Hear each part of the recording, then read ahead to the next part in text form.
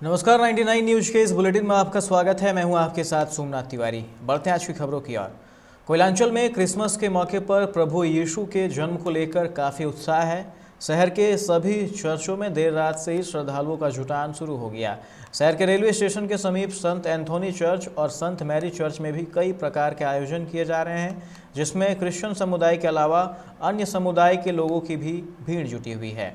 प्रभु यीशु के जन्म के उपलक्ष्य में प्रार्थना सभा, गिफ्ट वितरण, कैंडल लाइटिंग जैसे आयोजन हो रहे हैं। वहीं लोग एक दूसरे को बधाइयाँ भी देते दिखे।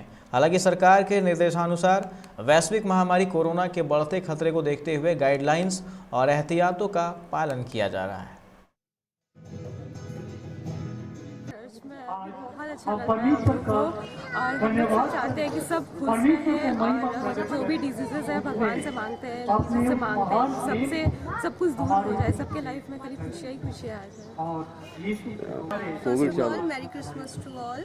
हाँ, अभी कोविड चल रहा है लेकिन फिर भी क्रिसमस बहुत अच्छे से सोशल डिस्टेंसिंग के साथ प्लस विद मास्क बहुत अच्छे से हो रही है और यहाँ पे चर्च में आके बहुत ही अच्छा फील हो रहा है, बहुत ही ज़्यादा सुकून मिल रहा है। तो बस सारी मतलब कि जो भी डिजीज है कोरोना सारे बस ईश्वर से प्रार्थना करती हूँ कि सारे चले जाए अच्छे से। ये है कि जैसे कृष्ण प्रेम की मूर्ति के रूप में हमारे बीच आए थे, उन्होंने हमसे प्रेम किया और वो हमारी तरह एक साधारण व्यक्ति की तरह जीना चाहते थे ताकि वो हमारे दुख तकलीफ़ों को समझ सकें। तो ये सब उन्होंने अपने प्रेम के कारण किया। तो क्रिसमस सब समय प्रेम का संदेश लेकर आता है। साथ ही साथ ईसा मसीह ने बागमारा के महुदा में जनरल स्टोर दुकान का चोरों ने शटर तोड़कर हजारों रुपये नकदी और सामान चुरा ले गए। जानकारी के अनुसार आरिफ अंसारी देर शाम दुकान बंद कर घर चला गया था। उसके बाद देर रात चोरों ने दुकान को निशाना बनाया। सुबह दुकान खोलने पर चोरी का पता चला। वहीं पुलिस को सूचना मिलते ही पहुंचकर जांच में जुट गई है।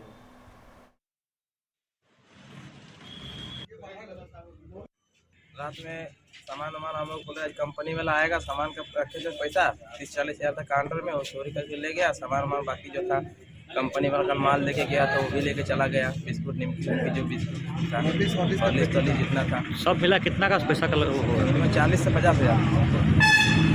किसी शक वगैरह कुछ है क्या? किसी शक वगैरह कुछ था क्या? सब तो हमको नहीं था कि हम तो रात में मेरे भाई दुकान में था, हम आके ताला बंद करके गए हैं। आजा दुकान में रात में चोरी हो गया था, इसकी छानबीन की जा रही है। अभी तक क्या क्या मिला सर? तो एगो सबल छोड़ के गया है, कुछ कैश का निकालने जानकारी? कुछ केस लेके। बागमारा के तेतुलमारी तीलाटाड़ बस्ती में महुआ शराब निर्माण और बिक्री के खिलाफ पुलिस की सघन छापेमारी अभियान चलाया गया। इस दौरान तेतुलमारी पुलिस और धनबाद आबकारी विभाग की टीम संयुक्त रूप से मौजूद रही। वहीं छापेमारी टीम ने महुआ शराब की कई भट्टियों को भी नष्ट कर दिया, साथ ही महुआ जवा से भरे गैलनों को भी फेंक दिया।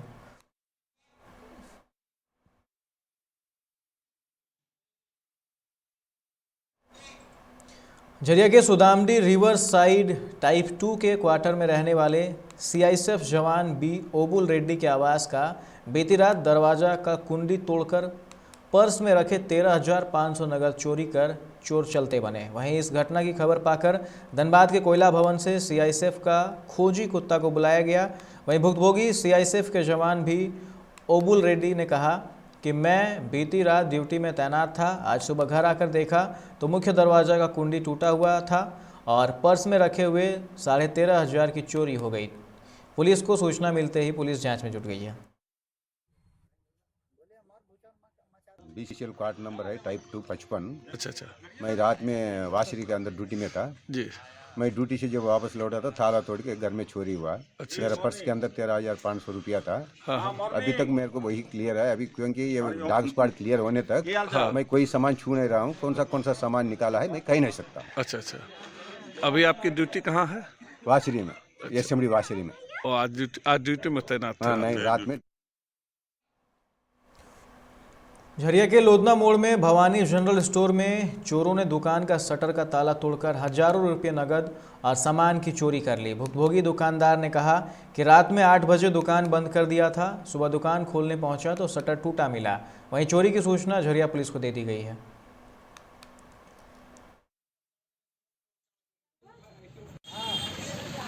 तो मेरा दुकान में रात में हम 8 सवा 8 बजे दुकान बंद करके गए थे यहाँ से। सवेरे मैंने करीब 10 सवा 10 बजे आया था, मेरी दुकान का शटर टूटा हुआ था, जिसके कारण दुकान का बिक्री था 2 दिन 3 दिन का पैसा सब ले गए हैं, सामान वामान ले गए हैं। और भी बहुत सारा, जब लाइन आने के बाद पता चलेगा क्या गया नहीं गया। कब से 4-5 हज़ार का खुचड़ा था वह सब चला गया, करीब 12-15 हज़ार रुपये करीब दुकान में नोट उट था, सब चला गया। धनबाद के लूबी सर्कुलर रोड में अखिल भारतीय ब्राह्मण विकास परिषद ने मदन मोहन मालवीय की जयंती मनाई। इस दौरान उन लोगों ने उनके प्रतिमा पर माल्यार्पण कर श्रद्धासुमन अर्पित की।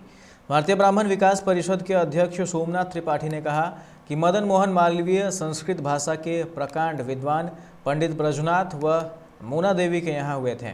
उनके पिता श्रीमद् भागवत की कथा सुनाकर अपनी आजीविका अर्जित करते थे। उनके पूर्वज मध्य प्रदेश के मालवा से थे, इसलिए उन्हें मालवीय कहा जाता है।